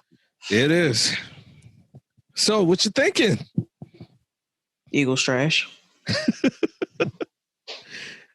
I was hoping you were going to sing Stevie Wonder for us again. When did I ever sing Stevie Wonder? Well, you did a little bit of it. It's on. Oh, wait. That's Raphael Sadiq, isn't it? That's Tony. What? Well, yeah. Raphael Sadiq. Wonder. Yeah. Yeah. Tony. Sing a little bit for us. But nah, guys. It's our anniversary. There it is. Victoria will be no secret. All right, that's all the singing you get from me. That's all the singing you get from me. Guys, listen, Sham will take us out, but thank you guys so much for staying with us on this ride so far, man. It's only the beginning, seriously. Sham and I were talking this week, and we got some house cleaning to do, so to speak, with some other entities that's going to get us to the 3rd level. Yeah. The 2-year beginning. Yes, ma'am. So, guys, we can't thank you enough for supporting us this first 2 years. And you're going to continue to support us, and you're going to bring us more supporters because that's how much you love us. And you can do that by telling them that they can subscribe to us on any podcast platform out there. I mean, we are everywhere. And if you're subscribing to us on Apple Podcasts, please, please, please leave a review. Also, you can subscribe to us on YouTube. You can chat it up with us on Facebook and Instagram at the Stop Playing Podcast and on Twitter at stop_playing pod. If you have any questions or want to be a guest on the show, contact us at info@stopplayingpodcast.com. And like we always say, keep your chips on the plate. No double dipping unless it's the podcast. And we'll talk to you real soon. Stop playing.